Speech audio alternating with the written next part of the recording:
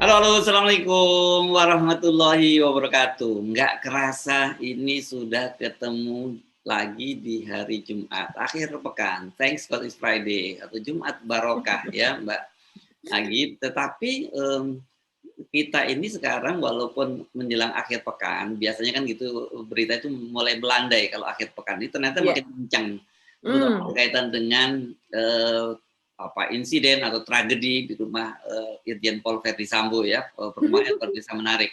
Dan seperti biasa saya ajak Anda untuk bergabung dalam perbincangan di redaksi Forum News Network dalam program Off the Record membaca berita di balik berita bersama saya Yasmin Arif.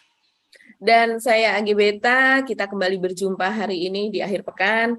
Dan seperti kata Mas Hersu, sepertinya ini berlanjutnya sekarang ini tidak pelan-pelan, tidak slowly, tidak kalau kata orang Jawa timi-timi gitu ya. Sekarang cukup melaju nih kasus Yosua ini. Ya.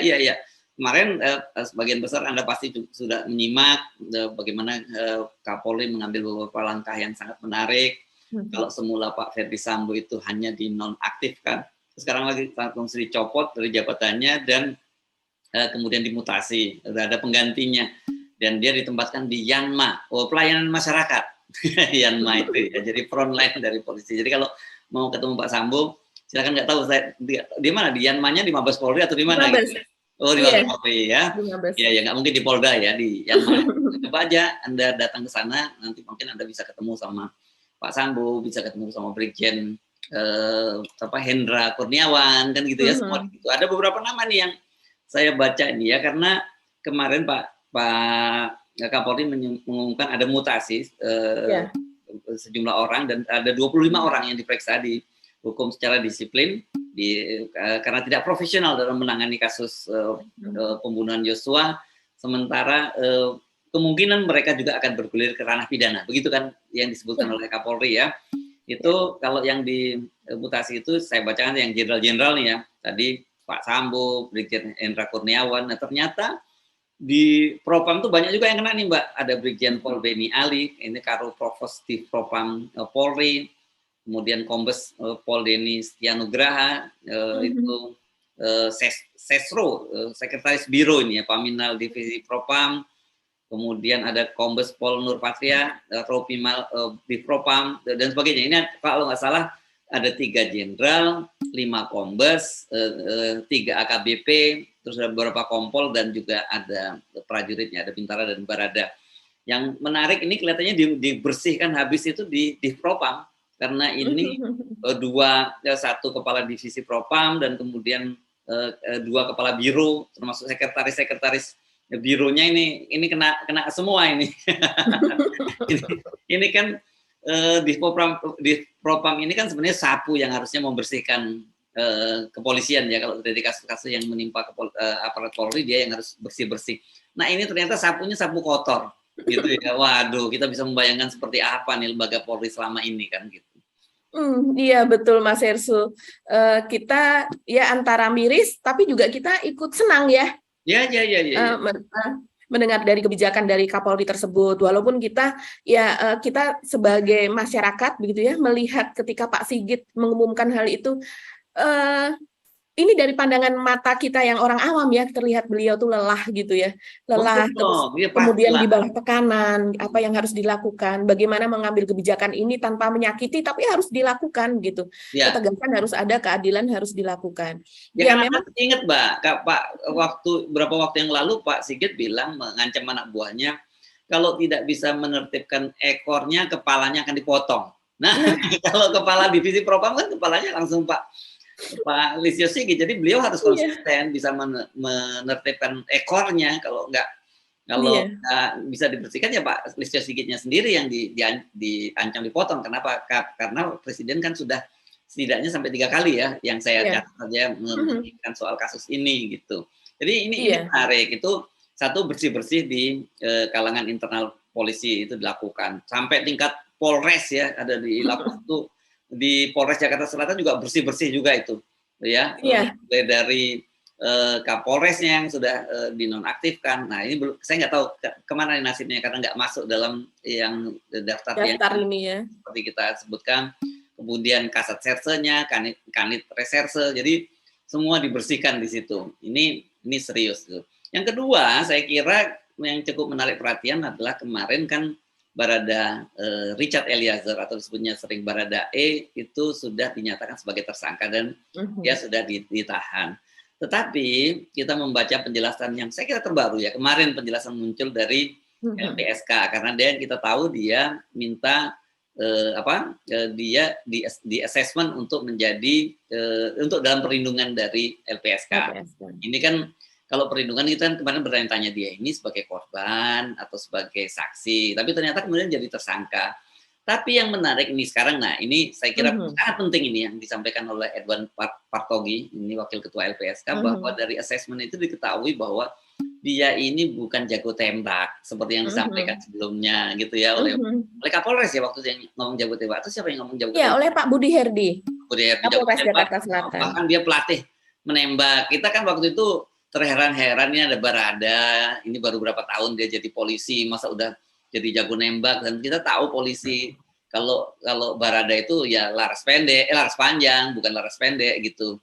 Dan ternyata terungkap bahwa dia baru memegang senjata itu, betul dia memegang senjata, itu dia baru bulan November tahun 2021, belum lama lah ya. Kemarin kemudian latihan terakhir katanya bulan Maret, dan dia belum pernah terjadi pernah terlibat dalam peristiwa tembak menembak ini. Mungkin beda dengan para brigadir-brigadir yang lain ya, seperti Yosua kan sudah pernah ditugaskan di beberapa daerah yang rawan. Sampai ke Papua. Sampai Papua, jadi sangat mungkin dia justru pernah terjadi tembak menembak. Kalau Barada Richard ini nggak pernah. Jadi bagaimana dia bisa tembakannya semua akurasinya luar biasa. Dan kemudian dia dalam pengakuan di Komnas HAM dia juga bahkan sampai berdarah dingin gitu kesannya ya, nembak dari dekat. Yosua sudah jatuh nih. Tetapi satu hal yang menarik, pengakuan Barada Richard itu ketika mau baik di Komnas HAM maupun di LPSK dia mengaku bahwa memang dia terlibat tembak menembak dengan Brigadir Yosua. Makanya netizen bertanya, ini dia jangan-jangan dijadikan tumbal gitu ya Mbak ya. Ini yang menarik ini Mbak. Ya. Iya betul Mas Ersu. Jadi menyambung Mas Ersu tadi mengenai peran dari Polres Jakarta Selatan ya memang betul. Jadi memang betul-betul dibersihkan ini oleh Kapolri karena mereka ini yang dianggap berperan dalam awal-awal olah TKP. Jadi mereka ini berperan dalam membersihkan TKP, padahal seharusnya TKP tidak boleh dibersihkan. Juga disinggung soal CCTV, yaitu penghilangan CCTV atau menyembunyikan CCTV. Nah, walaupun saat ini kita masih belum tahu keberadaan CCTV di dalam rumah dinas Verdi Sambo tersebut, apakah memang betul masih dapat dilihat ataukah memang sudah rusak. Tapi yang jelas dikatakan bahwa CCTV tersebut rusak dan kemudian juga barangnya tidak ada, kan demikian yang terjadi. Begitu juga dengan baju dari Brigadir J yang semula itu tidak ada, dikatakan itu menghilang, tapi sekarang katanya sudah menjadi salah satu barang bukti yang akan diperiksa oleh laboratorium forensik. Begitu juga dengan hal-hal yang lain yang ada di situ dengan menciptakan kronologis yang menjadikan seolah-olah itu dapat diterima publik, tapi justru kronologis yang diterima itu malah justru publik bertanya-tanya karena tidak masuk akal begitu kan. Nah, ini semualah yang dibersihkan. Jadi kita di sini cukup miris ya Mas Hersu betapa sebuah pembunuhan itu ternyata dapat dilokalisir dan kemudian dapat dibuatkan skenarionya begitu ya. Ada pihak-pihak yang berusaha menutupi, membuatkan skenarionya dan kemudian tidak melaksanakan SOP. Ini kan yang arahkan kepada Pak Verdi Sambo selain apakah dia mungkin terlibat dalam pembunuhan tersebut dugaan ya, dan juga yang jelas sudah terlihat menurut Pak Susno Duaji dan juga mantan-mantan jenderal yang lainnya, purnawirawan yang saat ini banyak sekali diwawancarai oleh media, adalah soal kode etik yang jelas-jelas dilanggar karena terjadi di rumahnya, kemudian harusnya dia tahu di awal itu olah TKP harusnya seperti apa begitu, dan kemudian juga polis lain itu harus segera dipasang, tidak sembarang orang bisa masuk. Bahkan dikatakan seharusnya Pak Verdi Sambo pun tidak boleh berada di situ, karena propam itu tidak boleh ada di TKP. Yang ada di TKP adalah polisi-polisi yang harusnya melakukan penyidikan di situ, begitu. Nah ini kan sudah ini kalau di FBI, film-film FBI kita lihat itu kan langsung dipasang polis lain dan tidak ada boleh siapapun yang masuk gitu, kecuali para penyidik gitu ya. Dan dan betul. tim apa, tim Inavis kalau kita di sini ya, tim Iya. tim forensik yang boleh masuk ke situ gitu ya. Nah ini Iya, iya dilanggar betul. semua karena tidak ada polis lain dan sebagainya ya, betul-betul sudah jadi ancur-ancuran lah itu TKP-nya gitu ya. Makanya kemudian ada 25 orang yang diperiksa secara disiplin dan kemungkinan bisa juga dikenakan pidana karena apa, salah satu pidananya itu menghalangi penyidikan polisi kan. Penyidikan, Ya, iya. ya. Nah, Ya, itu dijelaskan betul oleh Pak Kapolri bahwa mereka ya. ini menghalangi proses penyidikan. Makanya kita kalau melihat kok, kalau pemirsa off the record ya sering menulis di kolom komen, ini kok seperti keong, ini kok pelan-pelan sekali, apa kemajuannya? Ya itulah, karena memang begitu banyak hambatan. Bahkan dari Hambatannya dari dalam nih. ya, hambatannya itu dari dalam begitu. Kalau menurut pernyataan dari Pak Kamarudin Simanjuntak sebagai pengacara dari keluarga Brigadir J pun dia bahkan mengatakan pada saat ingin menyerahkan barang bukti saja itu sulit. Siapa yang mau menerima barang bukti tersebut? Jadi mereka berada di bawah tekanan. Jadi kalau tadi Mas Ersu mengatakan bahwa banyak dibersihkan itu di propamnya, rupanya memang pengaruh dari Pak Ferdi Sambo yang menjadi kepala divisi dan seorang jenderal bintang 2 ini sangat berpengaruh sekali begitu. Ya emang dia polisinya polisi, Mbak. Ya, karena dia memang polisinya polisi. Jadi kan orang serba takut bertindak salah. Dia tahu ini benar, tapi nanti dia takut ini Pak Ferdi Sambonya tidak berkenan begitu. Jadi ketika akan memberikan barang bukti dari pihak keluarga pun itu dilempar-lempar gitu. Kalau menurut penuturan Pak Kamarudin adalah ketika saya ingin memberikan barang bukti kepada salah satu penyidik saja, dia bilang jangan ke saya lah Bang begitu. Kemudian dia menghubungi penyidik yang lain bilang jangan ke saya lah, ini yang lain saja begitu. Dan kemudian ketika akan ke yang lainnya dibilang jangan lewat HP saya dikirimnya begitu. Jadi sampai demikian mereka itu berada di bawah tekanan betul-betul. Walaupun mereka sudah penyidik ini ya. Ya, ini para penyidiknya begitu. Nah, ini wajar kalau kemudian Pak kasusnya itu lambat gitu untuk maju dan kemudian Pak Kapolri bersih-bersih, ini sangat wajar. Begitu juga ketika kemarin Pak Ferdi Sambo dipanggil untuk diperiksa dan kemudian dia memakai seragam gitu ya, seragam lengkap dan juga tanda sebagai Kadif Propam gitu dengan lengkap dengan bintang 2-nya, padahal yang memeriksa penyidiknya antara lain adalah brigadir begitu kan, dan juga brigadir ini adalah juga mantan anak buahnya. Nah, ini akan menjadi tekanan psikologis gitu. Makanya kata Pak Mahfud MD ini adalah juga soal psikohierarki begitu kan dan psikopolitik begitu. Nah, ini psikohierarkinya ini sangat kuat sekali. Dan kemudian ini sempat diprotes ya oleh pengacara. Kenapa? Ketika diperiksa dan sudah tahu yang memeriksa itu adalah kemudian juga para anak buahnya begitu ya yang tergabung dalam tim sus tersebut, gabungan dengan Bareskrim juga, dia tetap memakai seragam yang lengkap seperti itu. Dan yang menarik belum lagi ini Mbak, belum lagi jabatannya Pak Ferdi Sambo sebagai ketua tim Satgasus Merah Putih itu kan, wah itu malah lintas bidang itu, kayak saya membayangkan itu kalau di Amerika itu kayak dia FBI-nya gitu ya, polisi federal, dia bisa masuk wilayah-wilayah di kepolisian ke Polda-Polda gitu ya. Iya, tim khusus tapi tidak struktural ya Mas Ersu ya ini ya. Iya. Dan jadinya senyap begitu ya. Ini yang begini-begini pasti dana non budgeter yang jadi persoalan gitu ya. Nah, iya betul. Nah, yang menarik saya kira kalau kita menyimak jumpa pers tadi malam antara yang digelar itu ada yang berbicarakan Pak Listio Sigit, Kapolri dan kemudian Kabareskrim. Itu kan orang kemudian bertanya-tanya kemarin kenapa kok dikenakan pasal 338 KUHP junto 55 dan 56 tidak pembunuhan berencana gitu, pasal pembunuhan berapa? Pembunuhan berencana berapa? 340 ya kalau pembunuhan berencana. Iya, 340 betul. 340 itu kan pertanyaannya itu karena sebagaimana dilaporkan kan ini pembunuhan berencana. Sebenarnya sejak awal kita udah mulai curiga ini. Saya waktu itu mencurigai ini semacam polisi menerapkan teori makan bubur panas gitu ya, tidak langsung dimulai dari yang paling dingin dulu. Paling dingin itu adalah paling lemah lah Barada Richard, dan diharapkan dari situ kan kemudian gampang buka yang lain-lain dan baru kemudian ke tengah karena pasalnya jelas pasal penyertaan. Kalau pasal penyertaan berarti ada orang yang lain, ada yang menyuruh, ada yang disuruh gitu. Bahwa nanti dari penyidikan kemudian pasalnya berubah bisa saja terjadi dan itu diakui oleh Kabareskrim kemarin malam itu kan. Coba dikata dia, ini kan ditanya oleh wartawan mengapa kok tidak pembunuhan berencana, kata dia kan ini kan kita masih dalam proses penyidikan gitu ya. Jadi artinya terbuka kemungkinan ada bisa dikenakan juga pasal pembunuhan berencana. Dan kalau kita tahu kalau pasal pembunuhan berencana itu memang hukumannya jauh lebih berat.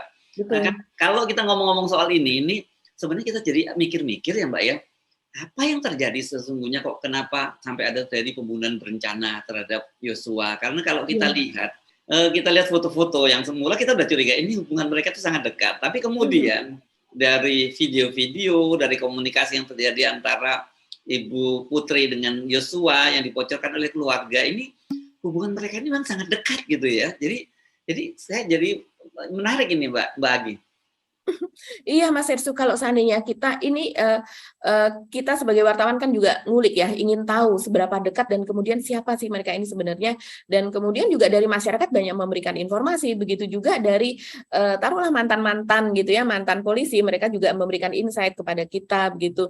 Dan ternyata memang sebagian besar atau bahkan mungkin semua, saya tidak tahu begitu ya, tapi dari beberapa nama ajudan Pak Ferdi Sambo ini memang mereka adalah anggota Satgasus juga Mas Ersu. Seperti misalnya Yosua sendiri anggota Satgasus, terus kemudian Matius Marley begitu yang dia ada jambangnya begitu ya.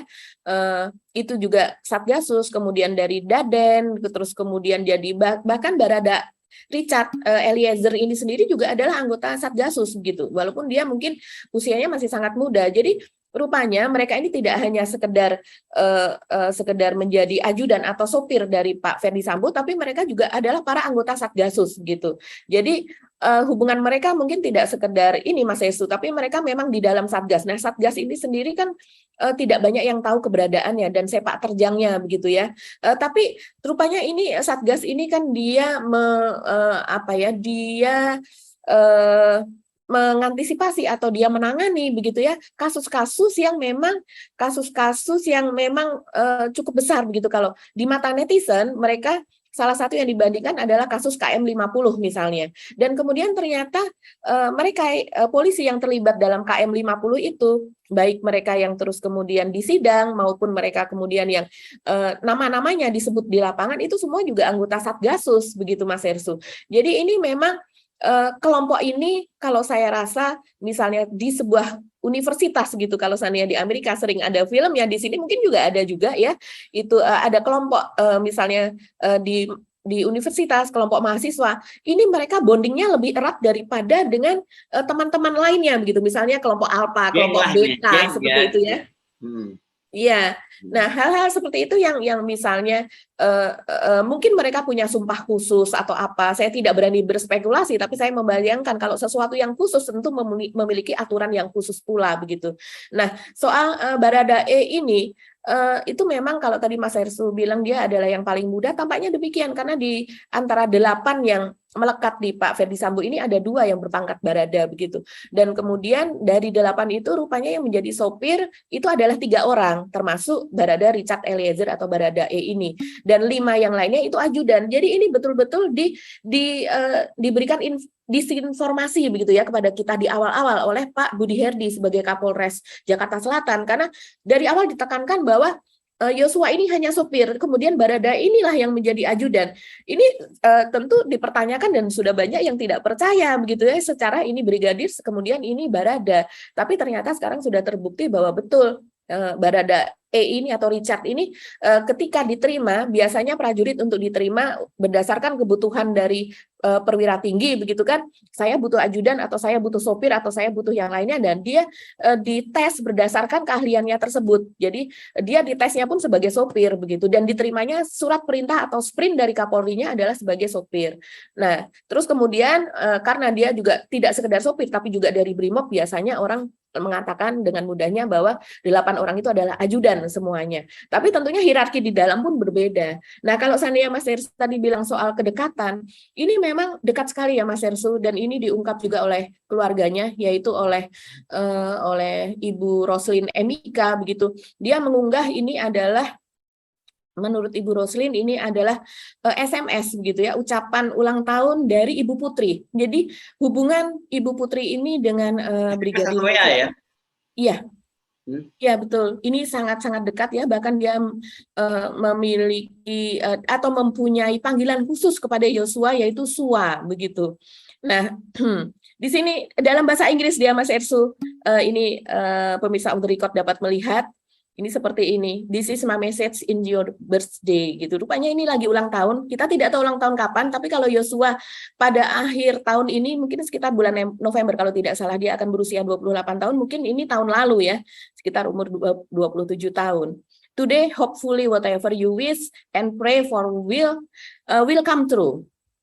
Terus I hope that hope will also bring happiness, and I'm so grateful to have you as a bodyguard, friend, and family. You are such a great staff, begitu.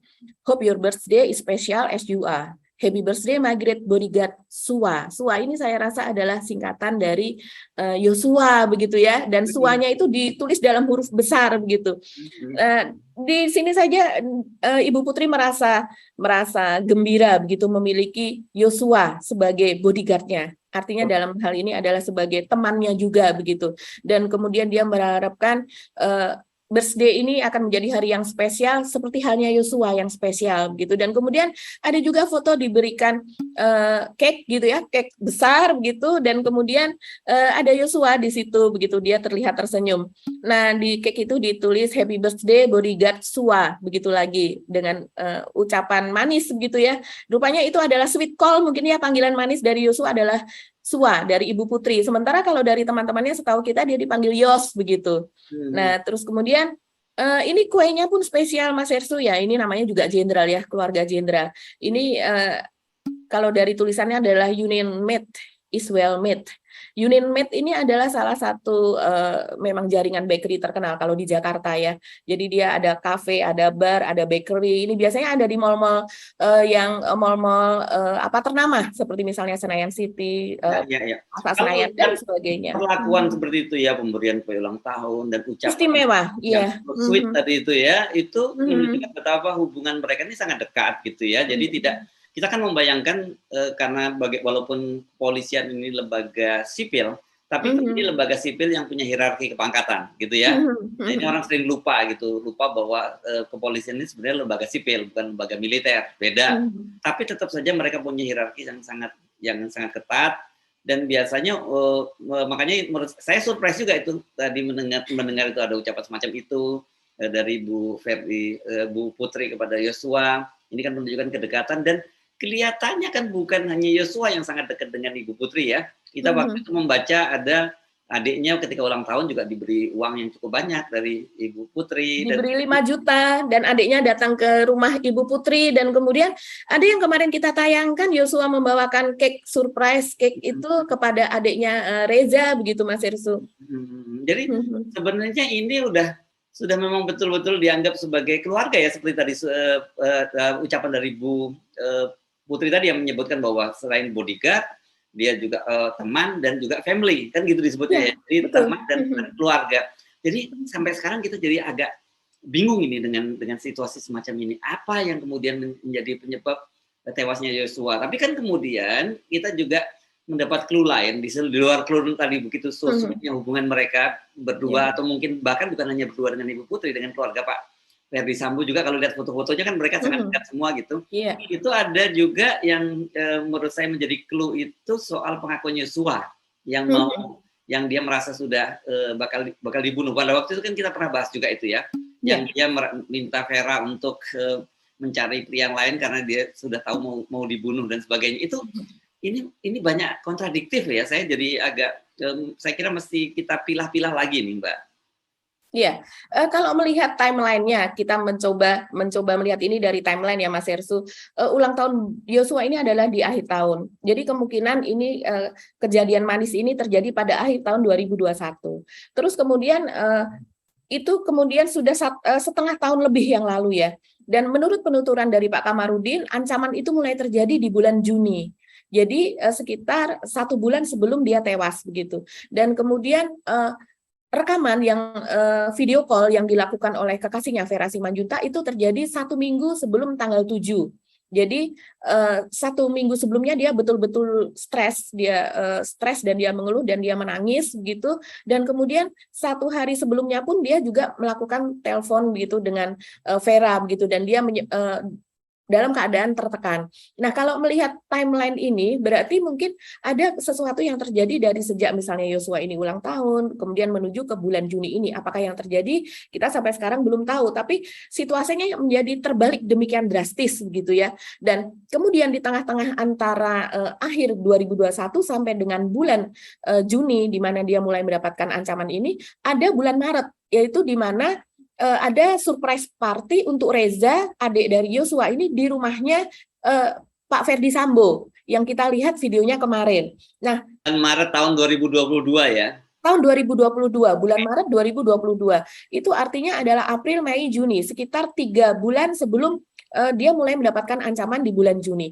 Nah, kalau lihat video-video tadi yang seperti Anda sebutkan, sebenarnya ekspresinya Yosua bahkan adiknya selain merasa sangat nyaman, homey banget ya di rumahnya Pak Ferdi Sambo. Tapi saya baca komentar jadi agak beda. Itu ada beberapa teman di grup, mereka katanya salah fokus, mereka bukan melihat ulang tahunnya, tapi lihat mobil-mobil mewahnya.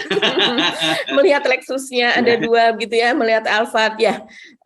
Ya, kita kembali ke ini. Jadi terlihat di situ bahwa memang mungkin selama 1 bulan terakhir inilah yang hari-hari berat bagi Yosua. Kalau menurut Pak Kamarudin, itu dia bahkan menggunakan kata eksekusi. Jadi dia Yosua ini pada saat-saat pekan-pekan terakhirnya dia sudah tahu bahwa dia akan dieksekusi, dan kemudian tapi dia tidak tahu lari kemana.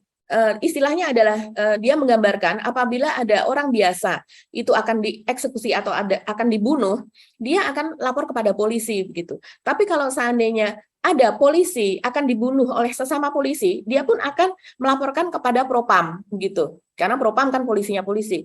Tapi ketika ada bagian dari Propam itu sendiri ingin membunuh polisi, dia mau lari kemana lagi begitu? Karena polisinya polisi itu yang akan menghabisi dia begitu. Menurut penuturan dari Pak Kamarudin. Kalau seandainya itu keluarga saya, mungkin saya sudah larikan dia ke Eropa atau ke Amerika, kata dia begitu.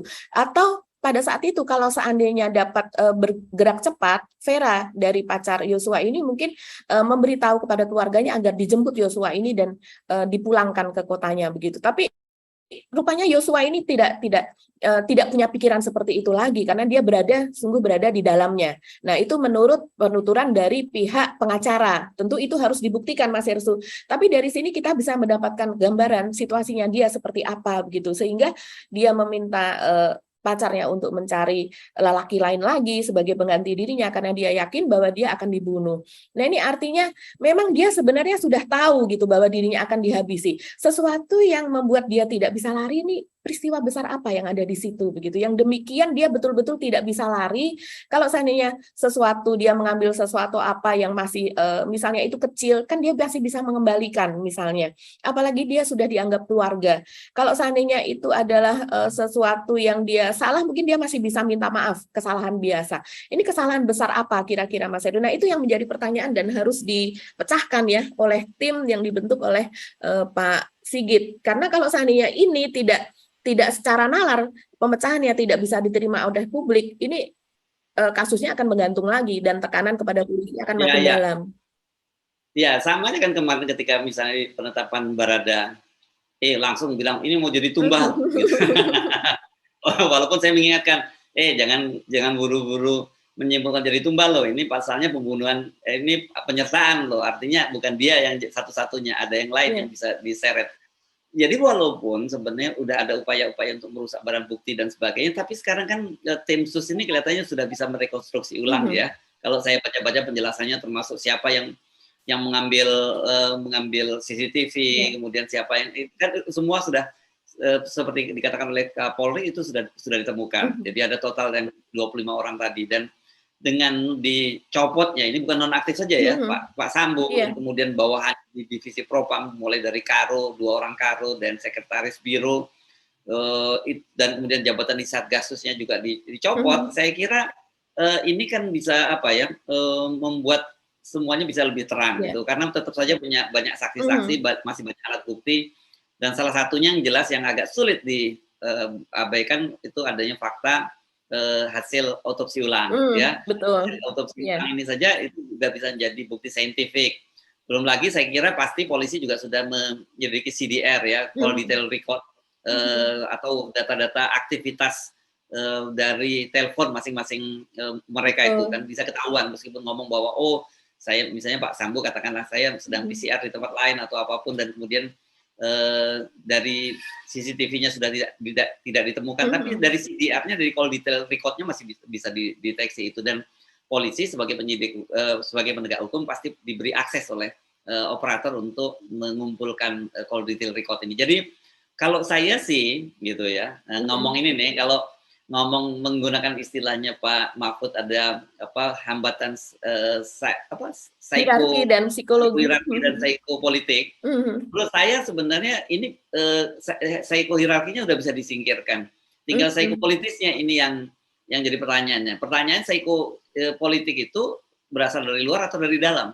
Itu kan persoalannya kan begitu kan. Kan kita tahu selama ini bahwa di setiap kali akan ada terjadi pergantian Kapolri itu office politicking gitu kita sebutnya. Intrik politik di kalangan internal polisi itu sangat tinggi. Anda pasti Pak Susno Diowaji itu bisa cerita banyak ini karena kan beliau dulu ingat kasus cecak buaya dan sebagainya gitu ya.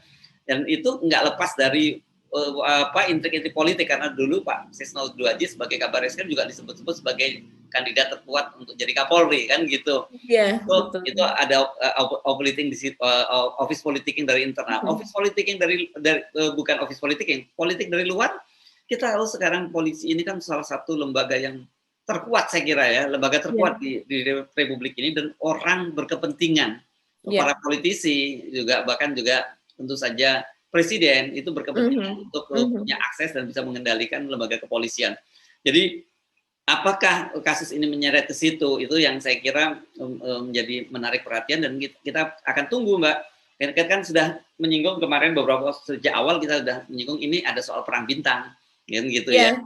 Iya betul. Dan juga ini yang harus dibuktikan dalam perang bintang ini Mas Hersu, ini adalah juga dugaan yang pasti dugaan pembunuhan berencana begitu ya. Dugaan pembunuhan berencana itu dari bukti-bukti elektronik, rekaman elektronik tadi, dan juga adanya siksaan begitu. Kalau seandainya bukan pembunuhan berencana kan tentu dia tidak perlu disiksa lebih dulu begitu. Jadi bisa terbukti bahwa dia memang betul-betul hanya ditembak sesaat pada saat kejadian. Tapi kalau seandainya siksaan atau sayatan-sayatan itu kemudian terbukti memang ada siksaan lebih dulu. Nah, ini kemudian laporan tentang pembunuhan berencana yang mungkin adalah 340 pasalnya itu tadi mungkin akan bergulir ke sana dari 338 begitu.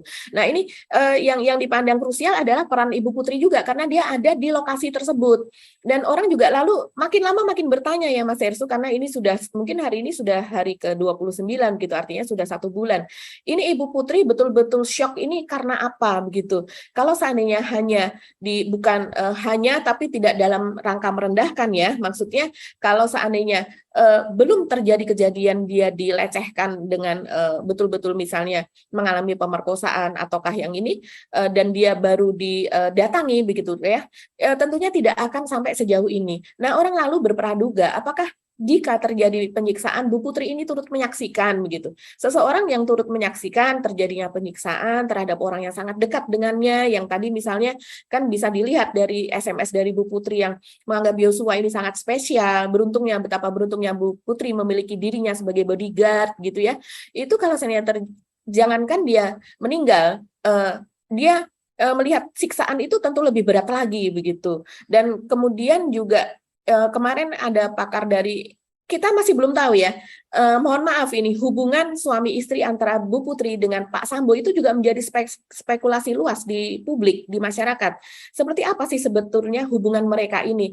Karena seperti dikatakan oleh Pak Kamarudin, dia mulai walaupun dengan cara halus dia memperlihatkan mulai tidak percaya dengan bahwa Ibu Putri ini masih dalam keadaan sangat terguncang sehingga tidak bisa berkomunikasi. Kalau menurut dari pengacaranya kan demikian, sangat terguncang sehingga tidak bisa berkomunikasi. Tapi dia ada di kamarnya dan kemudian dia masih bisa ditemui. Bahkan pengacaranya pun katanya tidak bisa berkomunikasi. tapi masih bisa menemui. Setiap hari saya menemui sahabat saya. Jadi rupanya mereka selain sebagai pengacara juga adalah sebagai sahabat begitu. Ya, Tapi kalau kita lihat ini kan ada agak aneh sih memang. Saya baca itu berita di Tempo ya, dan itu beritanya itu kalau nggak salah kemarin. Tapi dia kok mengutip, memberikan justifikasi bahwa Ibu Putri ini memang betul-betul terguncang itu dari dari Komnas HAM Perempuan gitu yang bertemu pada tanggal 16 Juli yang kalau nggak salah ya. Kan 14 Juli kan nggak relevan lagi kalau di masa berita begitu digunakan untuk menjustifikasi penjelasan seperti itu digunakan sebagai berita hari ini kan mestinya diberi konteks dong bahwa sudah sebenarnya masih terguncang itu pada tanggal 16 lalu gitu, bukan. Betul, dan dijadikan judul. Dijadikan judul seolah-olah Komnas HAM ini menemui pada saat ini begitu kan. Nah, ini kan yang kemudian menjadi pertanyaan, apakah Ibu Putri itu betul dalam keadaan terguncang ataukah memang dia dihalangi untuk bertemu dengan publik? Ya, pertanyaan ini wajar mengingat adanya itu tadi ada penghilangan barang bukti, terus kemudian disusun skenario di awal yang sangat berbeda dengan kenyataan saat ini begitu kan. Jadi kalau seandainya orang kemudian berpraduga bahwa Ibu Putri ini juga disusun skenario tertentu supaya dia tidak tampak dulu, ini orang menjadi praduga ini menjadi wajar kalau menurut saya, Mas Hersu, karena Bu Putri ini termasuk salah satu saksi kunci yang ada di lokasi tersebut. Kalau menurut dari pengacara kemarin bincang-bincang juga dengan Pak Susno Duhaji, seharusnya memang seluruhnya yang ada di rumah tersebut itu diperiksa dan kemudian ditangkap dulu begitu. Karena kalau seandainya sekarang kan pembunuhan, sekarang bukan lagi tembak-tembakan tapi sudah ke pembunuhan. Nah, artinya yang ada di situ itu ikut berperan begitu. Kalau seandainya dia dari hasil pemeriksaan itu ternyata tidak terbukti, ya kemudian dilepaskan. Nah, termasuk Ibu Putri ini mungkin saat ini saya rasa agak lunak ya, pihak kepolisian agak lunak, tapi kita berharap segera kepolisian dapat memberikan informasi mengenai Ibu Putri, karena di mana-mana kalau seorang saksi berapa kali dipanggil dia tidak hadir, begitu kan dia bisa dipaksa untuk dihadirkan begitu. Nah, jangan sampai hal seperti ini berlaku di masyarakat umum, di orang biasa pada umumnya, tapi tidak berlaku kepada seorang istri jenderal. Ya, bahkan polisi bisa mengirim dokter gitu ya, dokter independen untuk memeriksa apakah betul seperti itu gitu ya. Jadi cukup bisa diberikan keterangan aja. Ya, saya kira ini memang banyak hal yang masih jujur aja masih jadi misteri ya buat kita ya. Nah, dan satu lagi saya kira ini Pak Kapolri sudah mulai melangkah, sudah mulai menarik ini karena tadi kita singgung ada sejumlah orang yang dinonaktifkan, 25 orang diperiksa, dan kemudian terbuka kemungkinan ada 4 orang juga Mas Hersu yang yang disebut apa diisolasi. Ya, apakah isolasi ini maksudnya di tahanan isolasi atau tidak boleh bertemu dengan orang lain, dan siapa mereka itu? Yang jelas yang sudah jadi tersangka kan Baradae ya. Iya, betul.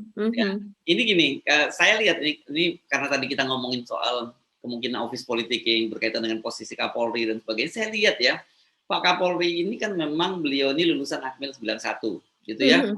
Dan beliau ini kelahiran 5 Mei 69. Sekarang jadi bulan Mei lalu usianya baru 53 tahun. Kalau usia usia pensiun sampai 58 tahun gitu ya. Berarti kan beliau masih menjabat sampai 5 tahun lagi, dan itu berarti melampaui masa jabatan dari Presiden Jokowi sampai tahun 2024 gitu. Jadi kita nggak bisa melepaskan juga ada nuansa-nuansa politik di situ, ada persaingan politik, ada persoalan orang menyebutnya TB1 gitu atau Supronojoyo 1 gitu. Iya, mungkin itu termasuk dalam hambatan hierarki, psikohierarki ketika Pak Sigit ada di atas dan kemudian yang di bawahnya adalah para kakak kelas gitu. Ya.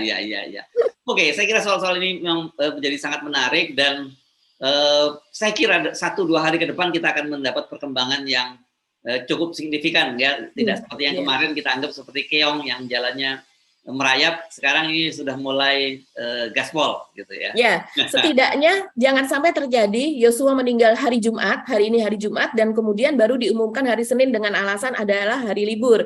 Mudah-mudahan ini hari Sabtu dan Minggu terus saja berjalan, gaspol ya Mas Hersu. Baik, Mbak Agih, kita mesti ngakhiri perbincangan kita ya, cukup panjang juga kita ngomongin ini, dan jangan bosan karena ini semakin menarik ini peristiwanya. Mendekati titik kulminasi, ya saya kira begitu ya, Mbak Agih. Iya betul. Oke, kita mesti akhiri perbincangan kita kali ini, dan kita ketemu lagi itu baru hari Senin ya.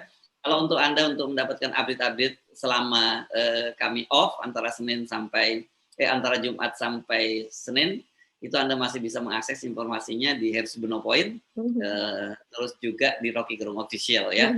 Yang belum subscribe, silakan subscribe. Nah, jarang-jarang nih saya ngomong minta di subscribe. Gitu. Supaya informasinya tidak putus, ya. Iya, iya. Saya sering diingetin oleh teman-teman Mas Hersu, ngomong dong, share, like, subscribe, share, like, dan saya pun bingung gitu. Nggak terbiasa ngomongin seperti itu, karena prinsipnya memang kita bukan YouTuber ya, kita ini wartawan yang memilih platform YouTube itu sebagai salah satu mediumnya untuk menyampaikan informasi berita ya. Betul. Dan sebagai sebuah produk jurnalistik, kami mengingatkan pada Anda, bagi siapapun Anda yang merasa dirugikan oleh apa yang kami bicarakan, Anda bisa menyampaikan hak jawab, dan itu sesuai dengan Undang-Undang Pers nomor 40 tahun 99, kita wajib untuk menyampaikan, untuk memberikan hak jawab secepatnya. Dan bagi Anda, para pemirsa yang melihat ada beberapa yang ketidakakuratan, Anda bisa menggunakan hak koreksi. Saya Herz Bunarif. Dan saya Agi Beta, terima kasih atas perhatian Anda. Tetap salam 0%. Assalamualaikum warahmatullahi wabarakatuh. Waalaikumsalam warahmatullahi wabarakatuh. Kalau ini sudah pasti akurat. Ya. Tidak ada disinformasi, tidak ada yang disembunyikan. 0%. 0%. Waalaikumsalam warahmatullahi wabarakatuh.